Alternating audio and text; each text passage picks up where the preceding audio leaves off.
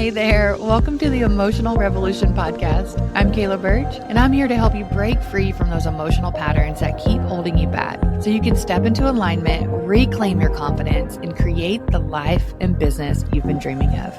So let's get started and begin your journey to emotional freedom. Hey everyone, welcome back to the Emotional Revolution. I am Kayla Birch, and I'm so excited to bring you our guest today. Her name is Loren Cellentani, and she is a somatic success coach and a host of the Sovereign Self Show, and she is a powerhouse in what she does, and she is making waves, and I cannot wait to share her story and what brought her here. So thank you so much, Loren, for being here with me today. Oh, you're so welcome. I'm so excited to be here. And by the way, you nailed that last name. I did seamlessly, perfectly. And then I messed up on saying Somatic Success Coach. Like I didn't even practice the right part, but that's okay. It's all okay. It's okay. We're here. That's right. And That's right. it brings up the emotions, and we're going to process and, transform to our success. That's right. There's no perfection, right? Like it doesn't matter. We don't have to be perfect. And that's really what we're going to talk about today. So I just like to start the podcast out by just you opening up and just sharing a little bit more about what you do. Yeah. Somatic Success Coach. People are kind of like, what the heck? Somatic, or soma, means body. And my mission really started thinking my body was in my way, my emotions are in the way, anxiety was in the way, but all of those are leading the way. And so that's why I'm so excited to be here, because we are so aligned with so many things that we do. So I really help people. I focus on helping entrepreneurs, mostly light workers, people who feel that purpose on their heart, just like Kayla does too, is, hey, I'm stuck kind of in this loop of anxiety. I'm stuck in this loop of overwhelm, confusion. I didn't realize this business or this purpose was going to be this whole other spiritual journey. Where's my success? How do we get there? And so we work with the body, with your emotions, a lot of law of attraction 101 stuff, because what I find is a lot of us who have these big hearts, who are maybe more on the woo-woo scale than other people, we kind of get stuck in our heads and want to leave our bodies.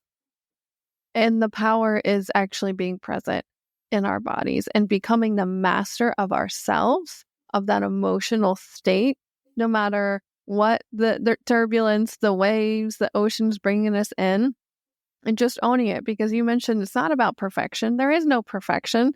I used to think that, oh yeah, I'm going to be this enlightened being one day and I'll never feel anger again. No. So that's where I come in. It's like, you don't need another business strategy. You don't need another funnel, fix, whatever. You really need to learn to master yourself, because I get chills saying this. I've seen time and time again my clients who have established businesses and they're still stuck in survival mode. And they're like, I realize I've been in survival mode for years. I thought I healed this, but this business part of me is bringing up the same trauma response that I did initially through this healing journey. And just by learning to tune in and take responsibility for how you feel and proactively start to move with that goal forward. One of my clients, she was in the middle of a family emergency. She had to fly across the country. Didn't end up posting for a month on Instagram, which is unheard of. And, in the business world, manifested 2 or 3 new clients for the rest of the year, over 2,000 each a month for the rest of the year, because she was putting her energy first. And she had people reaching out from her from podcasts 2 years ago. She did, through the shit hitting the fan, because she was dedicated to putting her vibration first, owning where she's at, and doing that emotional work that sometimes we just want to push aside and, not deal with. So this is a perfect alignment with what I do. And I'm just so excited to dive in wherever this conversation goes. Yeah, me too. And I want to start diving into what it took. What was your emotional revolution, right? Because you don't just get to this space of just having this awareness and this knowledge and this ability to be able to embody it without having to go through a lot of these things that you've already shared, likely where you went through yourself. So start to share a little bit about what that was like for you and why and what made you where you're at. And I want to say one thing, because I know very little about you, but what I do know is that you are very successful. You're successful in your business, and you also have a very successful podcast, and which means you have to be very visible and you have to put yourself out there. And those are a lot of the things that hold us back. And I wanted to give that level of credibility going into this as well, because I think that's really powerful to, as we go through these journeys, to see how much we have to do this work to be able to step into those higher levels of visibility. So just share kind of what that journey was like for you in that process. Yes. And I will say, I'll end it with like the journey's not over, and what's coming up for me now. We'll save that towards the end, because it's like, I'm not, I tell my clients all the time, I'm not your guru. I'm not your teacher, even is kind of cringy for me. I'm just somewhat fellow person walking with you along this journey. So it started for me over a decade plus now, probably closer to 20 years now, during my college graduation. And I had my first panic attack. I kind of knew that's what was happening, but it was just all consuming. Anybody who's had anxiety and panic attacks knows it's just like you lose control. There's just nothing in that moment. You think there's nothing you can do. And what I didn't know then, that hindsight 2020, was that I was living my whole life up until that point being the good girl, doing the things I should be doing, getting the job, the corporate job, went to a good school, blah, blah, blah, blah, blah, blah, blah. And my soul was like screaming at me like, no, you've created this life that's not you. And I'm sure everybody listening to this entrepreneur healing journey is like, you have that moment, right? That come to Jesus, if you will, moment, like, whoa. So that was my journey. For the next few years, I was really trying to heal and deal with that anxiety. And I was like feeling like it was a curse. It was in the way. I tried taking medication, and because I'm such a sensitive old soul, any medication I take, even allergy medication, I get the weirdest symptoms. I couldn't even take an anti-anxiety medicine. So it was like really like my soul was like, Loren, this is what you need to learn to deal with. Thank God. I mean, people who need to take it, I understand. But my journey was not that. I had to look inside. But I really started out with the physical aspect of healing my body through food and exercise. And the anxiety did go down. The anxiety did go away. But then, the panic attacks weren't every day. But then I found myself in the middle of a divorce years later. And, you really want to point the fingers. You want to call say it's the other person, name names, all that stuff. But at that point in my journey, I really, really, really knew and trusted, if I did create my own reality, that I have to take full responsibility for this. And at that point, I was health coaching. I was helping women with digestive issues heal that part of themselves. And I kept seeing it time and time again, these very driven women like myself, whether career driven or entrepreneurial driven, who really needed help with like stress management and like dealing with emotions. They already knew what to eat. They already knew the good, the bad, the, kind of healthy foods. So I started to take a look inward, take a step back from my business, which is hard for people to do during these moments. And that's kind of tying this business story into it as well, and put myself first. I needed to, yes, okay, I healed the anxiety to the point I wasn't having panic attacks every day, but I had to be honest with myself.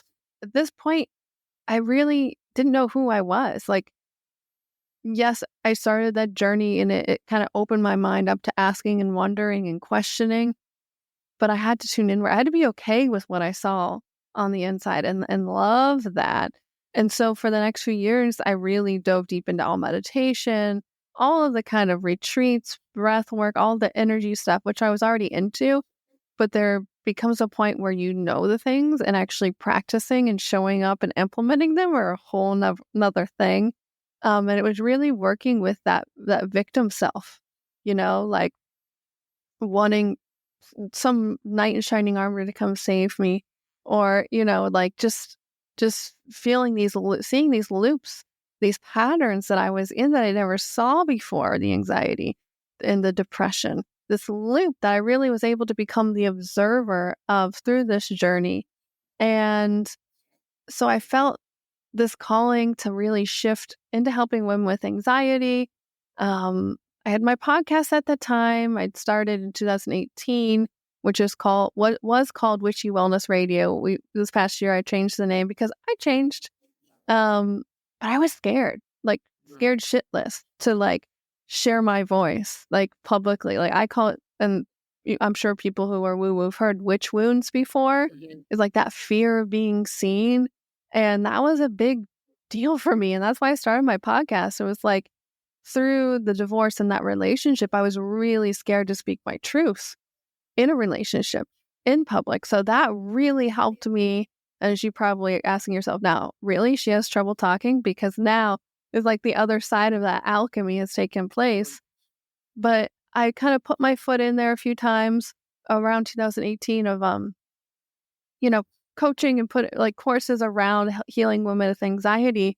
But I was scared and I really wasn't committing. I was kind of like, people probably can relate, like putting your toe in the water and then jumping back out. No, I wasn't jumping in and staying, and we'll say that much. And long story short there, about a year or so later, I received a diagnosis of my body. Precancerous cells were found in my uterus. And I was like scared. I was surprised, but I wasn't surprised because that's your creation center. Whether you're birthing a baby, a business idea, it doesn't matter. And yes, I've healed. But I knew that was my other, like, your body's not in the way, it's leading the way. That was my invitation to that next level of my own mastery. Like I kind of talked about at the beginning of mastering myself at this level of being seen and sharing my ideas and like knowing that I can help other people. The doubts of wanting to help other people. Can I help other people? Who am I to say this? Who am I to help them or coach them? That all came up. And through that experience, I moved across the country to the beach.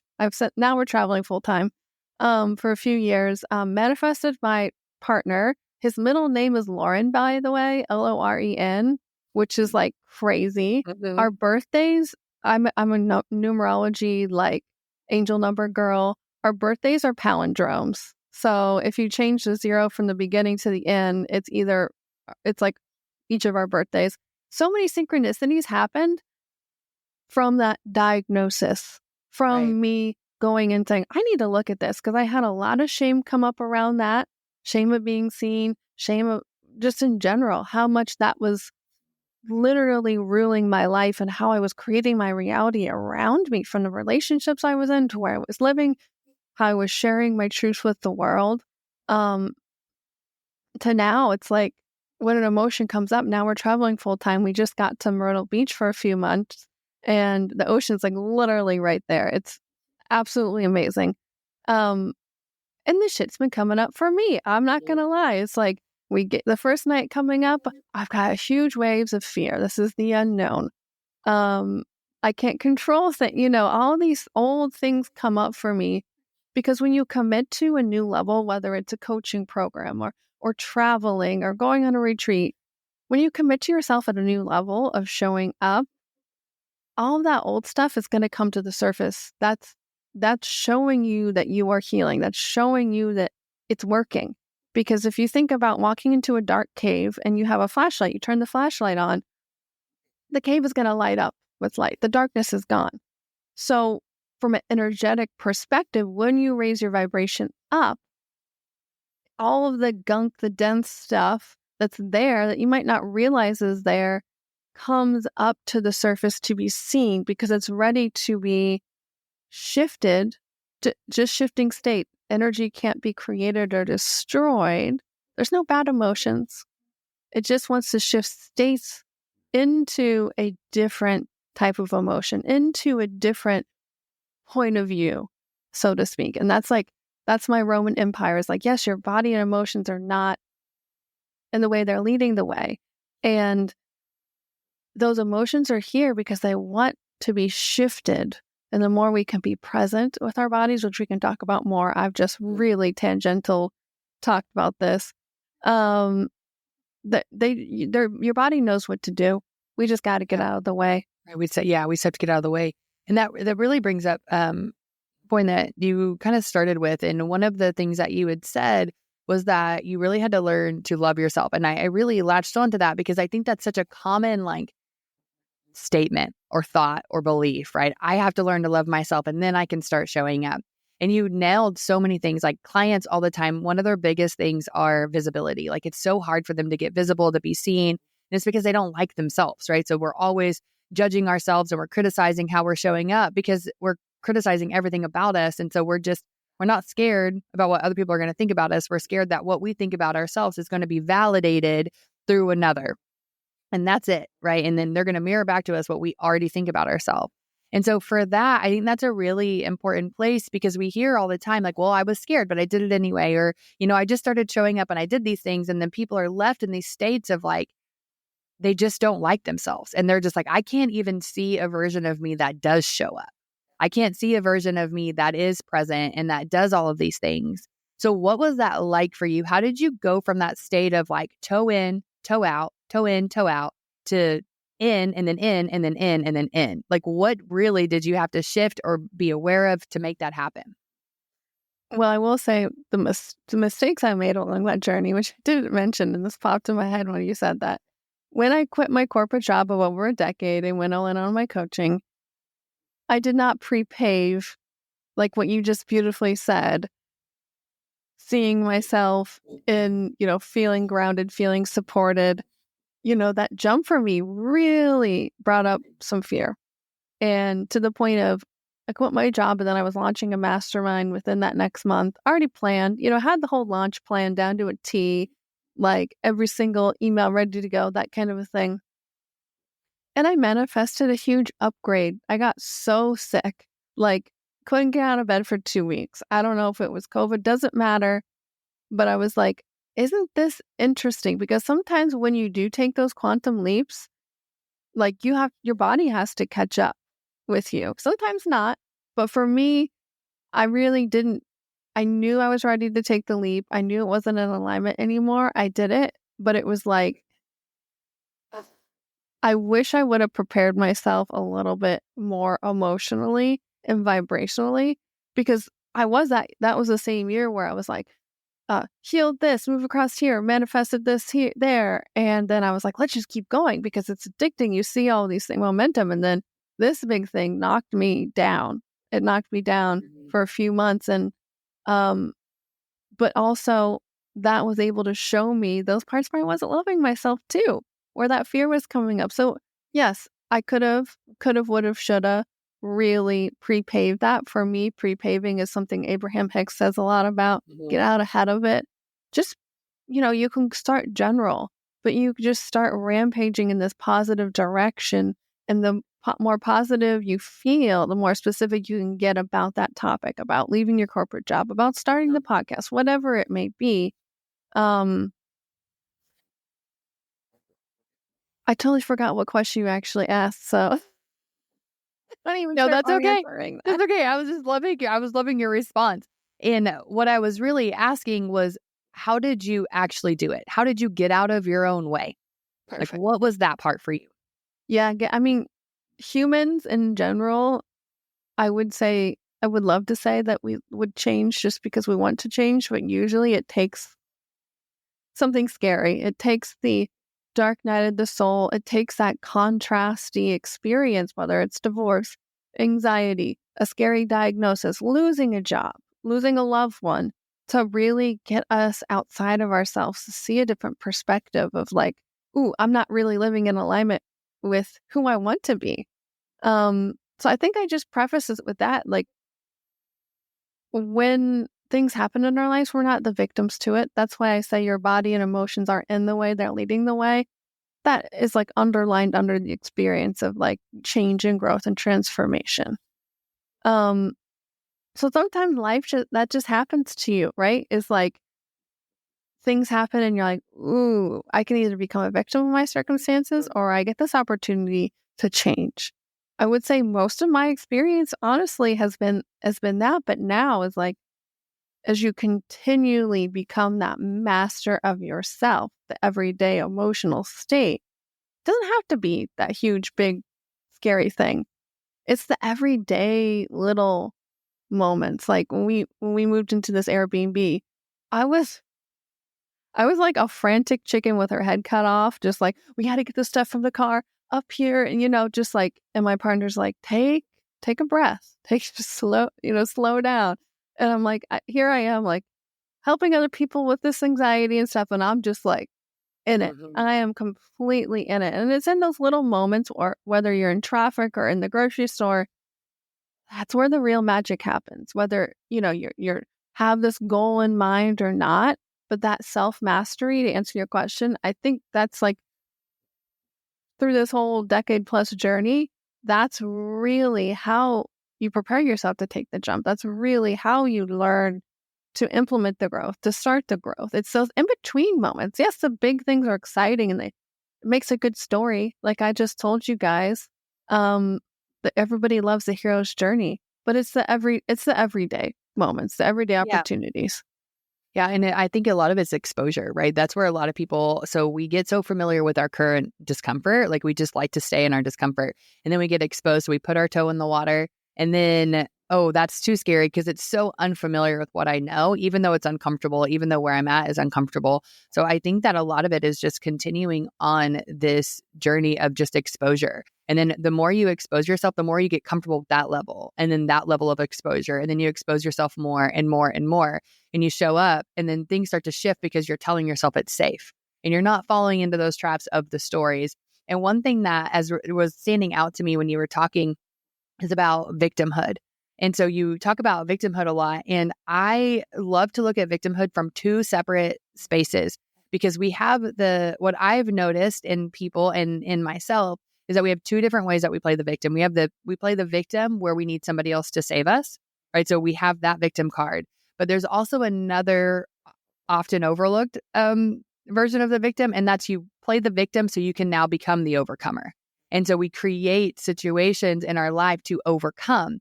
I was the victim overcomer. So everything in my life created a lot of overwhelm and I amplified everything. And I was always finding myself in the most chaotic situations that I could always overcome. Right. So I was not ever, I had convinced myself that I was this overcomer. So that's what I was always doing. And I could not get out of that state of being an overcomer because it was what I identified with. And so I think that's really important too, because sometimes people don't relate to the word victim. And then I have to be like, no. Everyone relates to victim because you're either the victim and somebody else is coming to save you, or that you're the victim and you're creating your own hero's journey.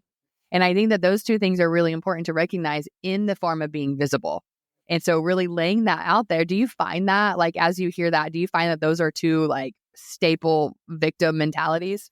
Yes. And I have to, like, the first one, like as a coach, like I'm a very sweet person, but there's those moments where I have to be direct with people. And it's like, that's why, when you go to work with a mentor, talking with them before, it's like the mentor is interviewing you too, because some people are just not ready to see outside of that. And that's okay. When their time is ready, they will. And the second one, I relate that a lot to being stuck in, like, your survivor. Like always just stuck in the survival mood, just making enough to in meets. And then another thing happens and like just how you said, constantly overcoming, the overcomer. And it's because you're right. We just practice that. That's what we focused on. That's what time on task. That's what we've just wired into our system. And that's really, to simplify it, it's what I help people do too. It's like, how can I feel comfortable in my body at any moment when it feels uncomfortable? Yeah. And how do I retrain that neural pathway to go more towards the thriving, to sovereignty, or whatever word that works for you? Right. But it's the safety, it's the security, it's the presence. It's okay to be in your body and to feel how you feel, but it's a choice on how you react. Exactly. And so how did you get to that point? How did you get to the point with recognizing that it's completely okay for me to feel these wide range of emotions, even anxiety, anger, fear? It's okay for those to be present. What was that journey like? Because most people stop there, right? That's when they're like, no, I don't want these. These are way too uncomfortable, unfamiliar. And everyone has told me they're bad, right? The society tells me all of these things are bad. So how can I proceed? So what was that journey like for you with getting very comfortable with those more, what people would call less than desirable type of emotions and feelings? Well, for me, that Yeah, that was definitely like my childhood upbringing. My parents did the best what they could. I love them so very much, but emotional awareness and intelligence not on the table. Emotions didn't exist outside of this range. So that was that's still something that I have to take a look out for. That's because it's such an embedded part of my childhood and of my upbringing. What really got me to flip the switch is my partner. He does similar work than what I do, and I mean I know it's myself, but he'll call me out on like, hey, it's okay if you feel angry at me right now. Like, I'm not mad at you for being mad at me. It's like those silly things that we don't realize. For me, the pattern I saw was like the explosiveness of emotion in our relationship from me. And I'm like, oh, look at this old pattern coming through. And it's like, it's kind of hit to your ego. You're like, I help people do this. And look at me over here, like with this not wanting to be okay with feeling sad or scared or angry. So honestly, my partnership, my relationship has really, really helped me, because any relationship, especially someone you're married to or committed to, that's a beautiful mirror. It's a difficult mirror at times, but it's a beautiful, beautiful mirror, because you're with them the most. They, other than yourself, they know you the most. I mean, they see you all the time. They see how you react. So yeah, honestly, it's very humbling, but that really is the cherry on top for that part of me. Is like, Yeah. whew, I got to look at this. Yeah, and that makes me think of expectation, because I think that a lot of times when we expect something of somebody else, that's our big mirror. So that can be with another person, but that's also with our business too, because we have so many expectations about what this business is going to bring, the freedom it's going to bring, the financial stability, all these things. So when we expect something from something else, it really leads to a lot of suffering and disappointment. And so when you think about that and you think about the expectation that you had, how did you change that relationship with expectation to the external world, whether that's relationship or business? What was that journey like for you? The word, I mean, expectation works really well. The word I use a lot is control. Like, what do I control? As a fellow perfectionist, like overdoer personality controller, I control my reaction. I can control what I think. I can control, not necessarily my feelings, but how I react to them. But anybody outside of me, whether it's the partnership or or the business or the traffic I'm stuck in, I can't control. Yes, I might have those expectations, like I'm going to get home in 15 minutes, but it ends up taking me an hour because of this accident or the traffic or whatever. That's for me is what comes back to, what do I control? I think it's a Michael Singer thing, if I'm thinking that's where I heard it before. But it's the process of letting go, because, we think things should be a certain way, that we can't control.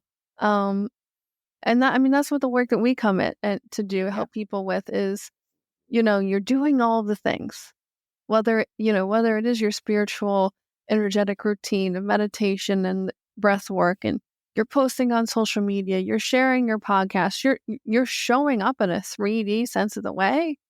You're doing it. You are doing it. But the internal point of view, there's something else that's off. The energy is off, whether it is the shame is still leading the way, whether it is fear or the depression, or it's never going to be good enough. That's something that I have to watch myself with too, is that along with the feelings of it's not okay to feel this way, I'm not good enough. I don't feel good enough. So if you are operating from that vibration in your life and your business and your partnership, that's what your reality is going to mirror back to you. Yeah. And I mean, that's honestly like, I started off this podcast talking about my one of my clients who manifested like 2 to 3 clients for the rest of the year during a family emergency, not posting on social media for a month. It's because she was doing the energetic work. All that stuff was coming to the surface. She had to focus on herself. She had to take care of her family to be able to be that leader at a whole new level. That's what I'm talking about. So if you are doing the things just to cross it off the list, even like that's a huge thing for me, is like, oh, I got to go do this today. And it's like, if we just took 5 minutes, 15 preferably, just to sit down and listen to the fan and just allow yourself to meditate to that white noise, allow the thoughts to come, but you will feel that shift in your energy start to kind of bubble to the surface. You'll feel the lightness. You'll feel the connectivity to the creativity. It's about being comfortable and doing the things and being visible, but it's that what energy are you doing it at? Mm-hmm. Yeah. And this really kind of brings me to this point. You said at the very beginning of what we were just talking about how one of the things you can control is your thoughts. So I have a bit of a caveat to that too, because I think one thing that I find really that is really challenging for people is that we try really hard to control our thoughts. And we can't actually control our thoughts, because if a thought is created, it can't go anywhere. It's already been created. We can control our reaction to it, which is exactly what you said, right? Like as you explain it and as you say it, that's exactly what you said. But people are so literal, right? They hear we can control our thoughts. So then when the thought comes up of, oh, I'm terrible, or oh, I'm not smart enough, or oh, I'm not that, they're like, well, of course it's still here. And this happened to me really recently, actually. I've always had this thought and this belief that I'm not good enough, not capable, not smart. And so I had this circumstance that came up, and I was being requested to do like this really in-depth like review. And I thought, well, shit, they're going to find out that I'm not as good as I say I am. And then I was like, oh, how funny. Like how funny that thought still came up, but I didn't have the emotional attachment to it. So the thought meant nothing. The thought just went right through my mind. And so there's no reaction. It's just a thought. I could have thought, oh, that's a blue wall or whatever that is. And it was just a thought. There was no emotional attachment to it. And I think that's a really important part of this journey, especially with getting visible and showing up and doing the action and doing the deep inner work and then integrating that deep inner work in the world, is that we're never trying to outrun a thought or an emotion, right? We're never trying to outrun those things. We're trying to change our relationship to it. And so when you think about changing that relationship to your thoughts, I think that's a really important place to explore. What was that process like for you when you did that, when you changed your relationship to your thoughts, or you detached your emotions and the meaning that the thought had? What was that like for you? Oh, thank you for underlining that, because you're right. Yeah, we take things so freaking literally. And I think the thing that comes up for me is the acronym for fear, false evidence or false emotions appearing real. And so the thoughts can come up, like you said, about that. Oh, they're going to find out I'm not good enough. But you realize like that's not true. Like you can let that, I'm a visual person, just bubble up through me, let it go. False evidence appearing real. And to just add to that, our ego, the fear part of us, maybe even the victim part of us, is here to has a sense of self, so we don't just go walk out in front of a highway. Like it wants to protect us. And it's kind of like a barking dog. So like if the UPS guy or Amazon Prime guy comes to your front door, the dog's barking, it's like alert, alert, alert, drops the package off, and then the UPS guy leaves. And the dog goes back to sleep. Same with that thought. It's like, oh, I'm maybe pushing myself outside of my comfort zone. This is a different experience. Ooh, they could find out that I'm not smart enough as I say I am. That's just that ego part of us trying to keep us safe. So I like to underline that. It's like, it's not a bad thing. It's not a good thing, but it's like, it's just a thing. Yeah, it just is. It's just it just thing. is. Mm-hmm. And so it's always going to be there. I think the story of we do cold plunges a lot. Never thought I'd be doing that kind of thing. I'm like a hot shower girl, hot bath. But that has really illustrated and taught me at a new level. It's like the first time I did it, we were driving. It was like this gym that had a cold tub, and we were driving there. I almost had nervous diarrhea on the way there. I was so freaking scared. I was like, oh my God, what am I doing? It's like freezing water. All this, it was like I was going to do bungee jumping or something. I was going to get into a cold tub. So it's like, Loren, all right, this is happening for me. And it's really about allowing those emotions to resist, allowing the emotions as we come back to our body and allow them to come through. So for me, breath work has been a game changer through my whole story. When I was having panic attacks, I used to do the alternate nostril breathing, helps balance the hemispheres of your brain. That was one thing that saved me from panic attacks. Like I'd be on the verge of having a panic attack in the middle of like a meeting with like 50 people in the room and I couldn't get out. And I'd be like, oh my God. And I would just, I just focus. I wouldn't even touch my nose about breathing in and out. You can do that with any emotion. And the cold tub is the same thing as like, you are feeling cold. And the more that you tense up and stress and resist the cold water, the more painful it's going to be, the colder it's going to be, the more you're not going to like what's happening. And what this practice has taught me now, years into this, is the emotions come up every time. The resistance comes up like, I don't really want to get in right now. I really don't want to get in this cold water. But and recently I've been realizing, oh, I've been kind of procrastinating. I'll get in halfway, stand there for a minute, and then get in, because that mind is like, oh no, you can't handle it. But Loren, you've shown time and time again you can. But once you get into the cold water, it's a practice of relaxing. And the more you can relax the water, the cold is your teacher in those moments. So when you get angry at your partner, when you feel like visibility wounds of like posting something, what is people going to think? You can relax in those moments. So training yourself in kind of extreme situations like the cold tub to learn to relax and allow. It's not about controlling the thoughts as much as it is allowing that samskara, which is like the yogic term for that little bit of emotion to come up and bubble out of you. That's the best way I can really illustrate it. And the thing that's really kind of underlined it and helped me really practice what I preach at a whole new level. We're still going to have the emotions. We're still going to have the worries, the false evidence appearing real. That's how we know we're growing. That's how we know we're changing. And it's just to beat a dead horse, it's about relaxing and coming back to your body and allowing, because it knows what it needs to do.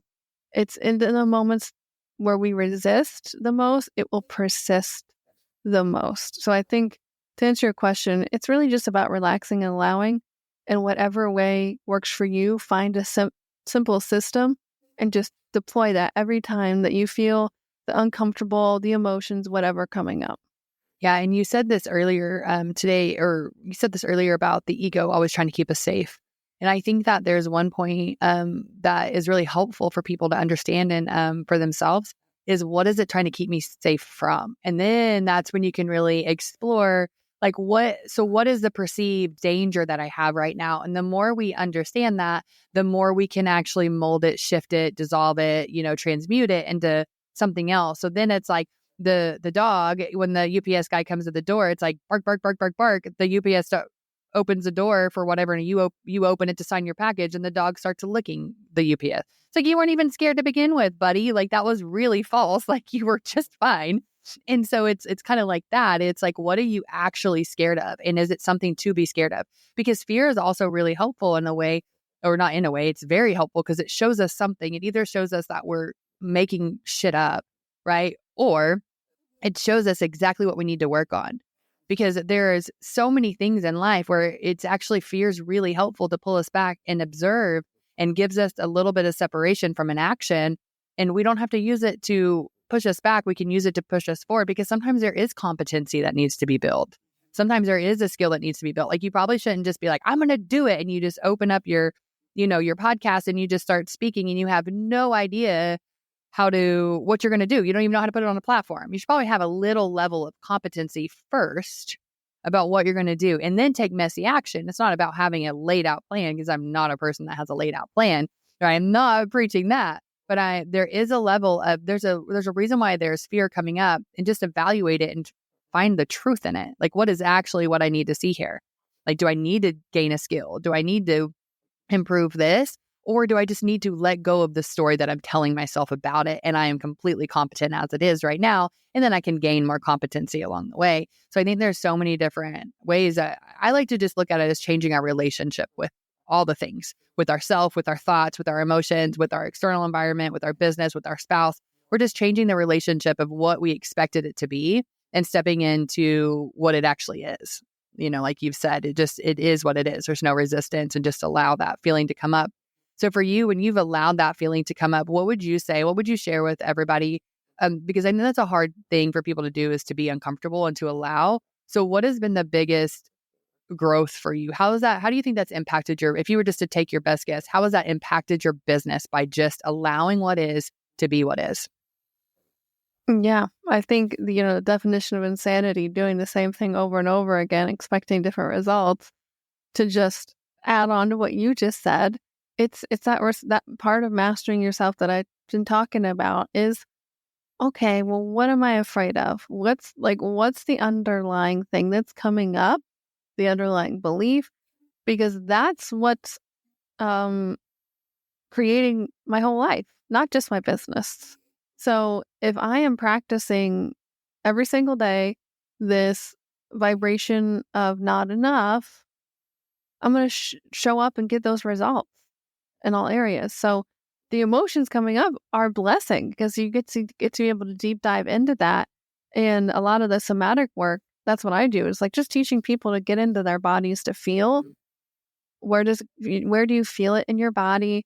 Put on your favorite playlist and just move your body, and the stories will come up. He did this, she said this, whatever, and just really focus into, what am I feeling? Like the sensations in my body and the emotions. That's what we want to focus on. And then as you move your energy, the etymology of the word, energy, and motion. So as you start to notice your body, you'll start to feel better, number one. You start to notice your body moving differently. And then you'll start to feel these downloads come through. This is a very simplified what I do, but anybody listening to this can do this. You start to shift that emotional state through just being present in your body. Your body knows how to heal. Your body knows how to move the energy. We just got to get out of the way, get out of our heads and into our bodies. That's a super simple way. I do that pretty much every morning, at least during the day at some point, as emotional hygiene, just like 101 necessary. And I like to do it until I start smiling, because that's when I know it's like I really shifted it. And I start twerking, because I like, it's just like, it gets to be so fun, and you're shifting, and it's not only you're alchemizing your energy, but you're starting to cultivate that sexual energy, that creativity energy into your body. So anybody listening, if you end up doing that, like, comment on whether social media, or send Kayla a message, like, what shifted in you? How did your body feel differently through doing that? Because I love hearing, because everybody's body's different, everybody's experience is different, but the body has always led so much of my journey through health diagnosis. The anxiety feels very all-consuming, and just coming back to just letting your body speak to you. It wants to speak to you, and like, that's the most spiritual thing about us, I believe. It's like, instead of ascending our bodies, we need to be present. Yeah. Like, this whole podcast is a beautiful illustration of that. Yeah. And I think that, one thing that really brought up to how much we shame our bodies, and how much we try to get out of our bodies, and how much we try to ignore our bodies because of so many different aspects. We don't like the way we look. We don't like the way we sound. We don't like our weight. We don't like our height. We don't like our clothes. We don't like whatever. Right. So we're always trying to like get out of that. And the more you can push yourself back into your body with those big movements, somatic movements. I like to lead like somatic dance. And so like just different dance practices. And it's always very like organic and really empowering, because it's like you don't realize how much you don't want to be seen until you only move your hips this much. Right. Like until you're in this somatic dance, and then you're just like, and you're just kind of waving until all of a sudden it's like, by the end of it, you're like taking up space, and you're allowing yourself to take up space. And that's such a beautiful representation of the physical representation of taking up space. And then when we feel more embodied and empowered to take up physical space, then we start to take up a little bit more of that emotional space, and a lot of like, that real estate that's in other people's heads, right? Because now we're showing up on those screens in different spaces because we feel more empowered and embodied with it, which I think is such a huge shift and an easy practice for people to do. Right. I have a friend who, when we were at a retreat, and she goes, do you guys mean to tell me you don't twerk every day in the mirror? And everyone was like, no, we don't twerk every day in the mirror. And she's one of like the most carefree, like happy people I know. And I'm like, I feel like I maybe should be twerking every day in the mirror. But it's that embodiment and that movement and that empowerment and that connection to the body that I think we're we're just overlooking, and we're trying to override it without looking. And it's a thing that it's not just heady. Like, it's very much somatic in our body that we have to move through. So that's one thing that, I would really encourage everyone to do is take up some space, like turn some music on, move your arms, jump, move, like just spin, like all those things just to move and take up as much space as you can. And then you'll start to really recognize that in your everyday of how much more space you allow yourself to take up, whatever that looks like. Oh, I love it. And an add-on to that, an add-on challenge, record yourself. And you can post that on your Instagram stories. Mm-hmm. Because people love to see the visual shift, but you're literally embodying that taking up space. You're the living embodiment of what you're helping other people doing. That's huge. It's huge. It's going to be scary for some people, but a lot of people relate when I post pictures of me moving. And the next level for me is, and so I'm challenging myself on here right now, is sharing when I have like an energetic experience, when the energy moves me, because it can be very ugly, it can be very weird looking, sharing that too. Yeah. Because it's like literally channeling energy through your body. Mm-hmm. And this is what the human capacity has.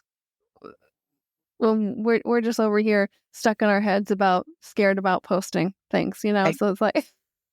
And who cares? And no one even cares. Who cares? Right. And that's like the biggest thing. I've been so on this. I have a mastermind coming up. We start in January. And the very first thing is visibility. And I'm like, nobody cares about you.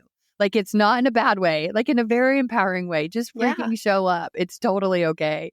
And that's what I think a lot of people just need to do, like that toe in, toe out that we talked about at the beginning of our conversation. It's like, just freaking keep your toe in. And if it's only a toe, that's okay. Because eventually it's going to be more comfortable for it to be your whole foot. Just kind of like your ice bath analogy too. It's like, if it's only half your body, that's okay. Because eventually it's going to be your whole body. And then eventually you're going to get out and you're like, that was the best thing ever. And so just keep whatever you have in right now in, and then it'll slowly, gradually get more and more and more. I could talk forever. I know I could talk for hours with you, but I'm going to have to wrap it up. So please just take the time and just share where we can find you, how we can track you down, and how we can stay connected. Well, thank you so much for having me on. It was such a pleasure. I'm at Loren Cellentani, which it'll be in the show notes on Instagram because, let alone saying it, hard to spell. My podcast, Sovereign Self Show, is on all podcast platforms and on YouTube as well, which Kayla's going to be a guest on, which is amazing. So look out for that. Come play. I'm mostly on Instagram. I love posting really funny meme reels about spirituality in your business. That's my jam. And let's play. Let's play together. I love it. Oh, thank you so much for being here and sharing all of your wisdom. It's just been absolutely amazing. So thank you everyone for listening, and I'll see you next week.